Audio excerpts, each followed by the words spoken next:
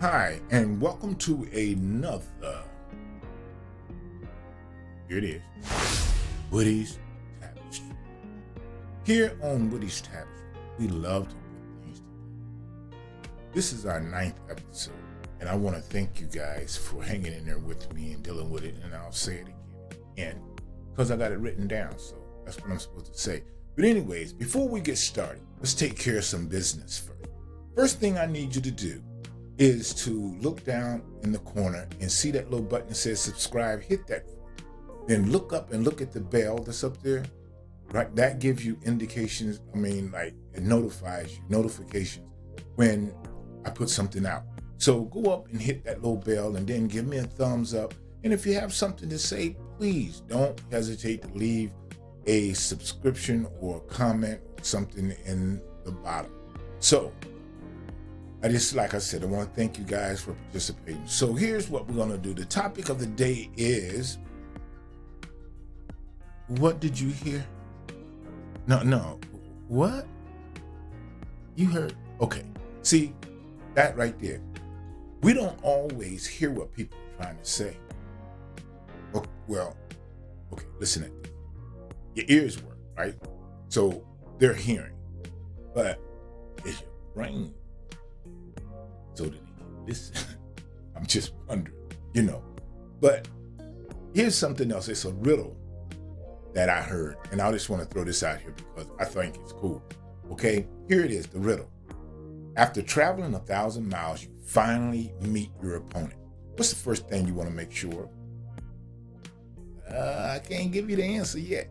No, because see, this is one of those questions that's really a nice one, because judging by the person's body language that was being asked this question, I knew something was up. I didn't know quite what it was, because see, at that time, I didn't know anything about nonverbal communication.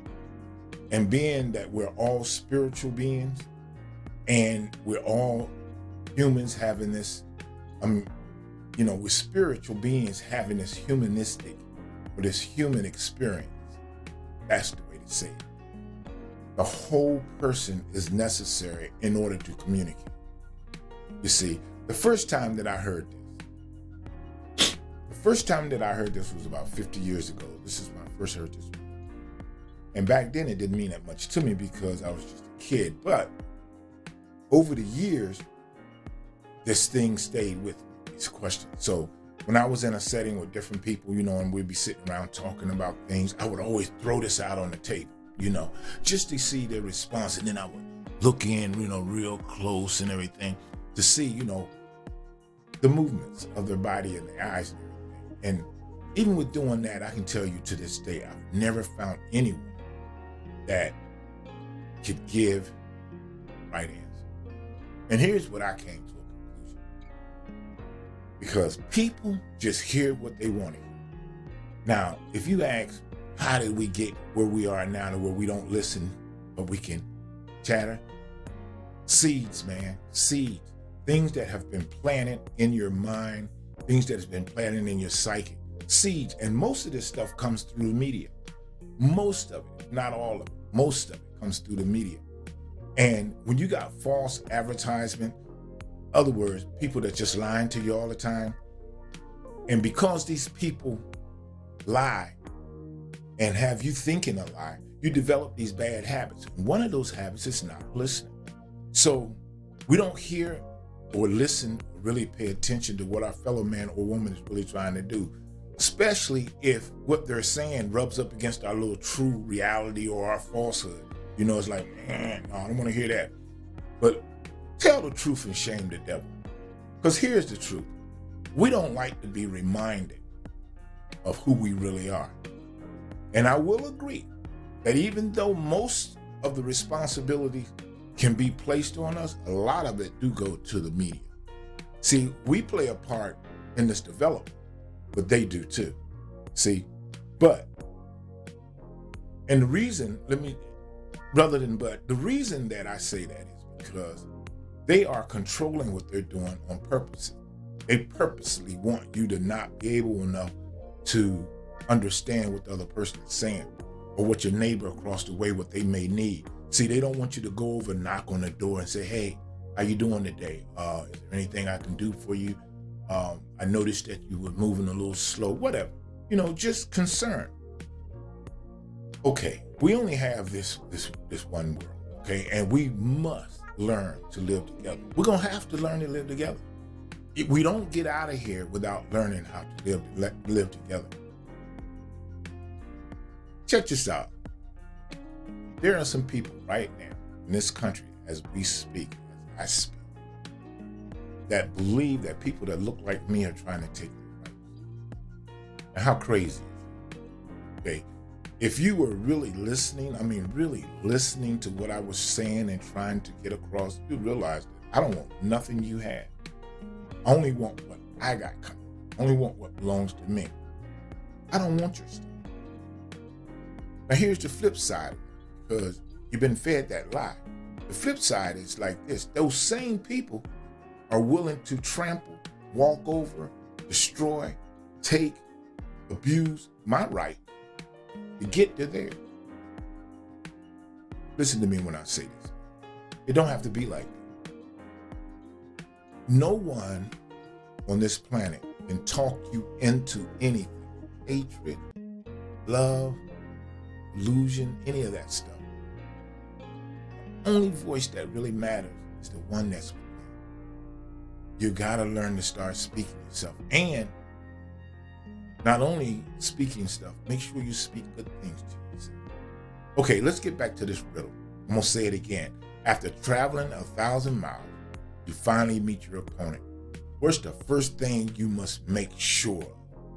I'm gonna give you a hint this time. Most people get thrown by that first sentence. If you notice, it never says who's doing the traveling. See, I tell you what, when you get the answer, leave it in the comment. But if by all means, if you have any comments or questions or anything, please feel free to leave a comment. Because I have a brother named Brother Wise, man. He's passed on now and gone to glory, hopefully.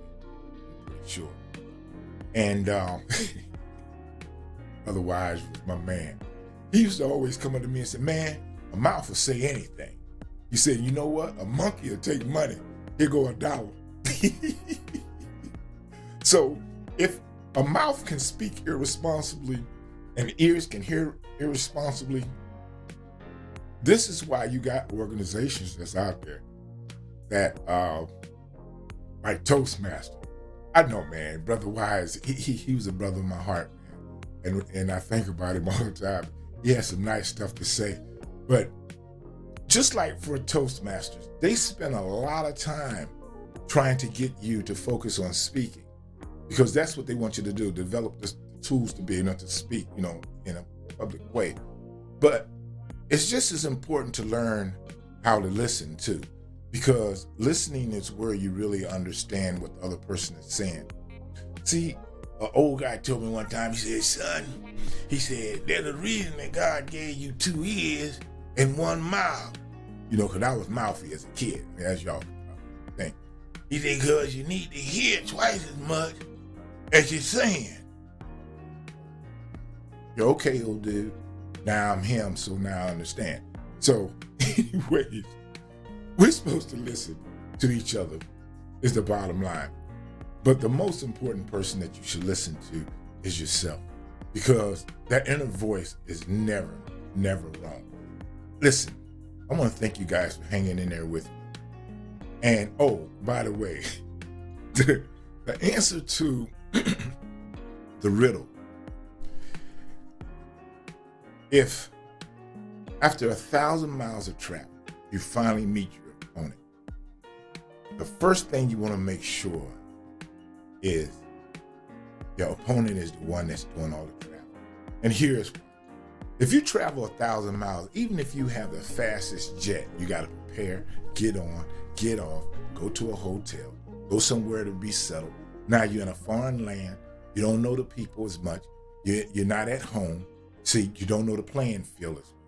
So you need to make sure that when you see that particular question, make sure it's your opponent that's doing all the traveling. Until the next time we meet, This is Woody. Let me go out again with my logo because I like this thing because it's crude, ain't it? Peace.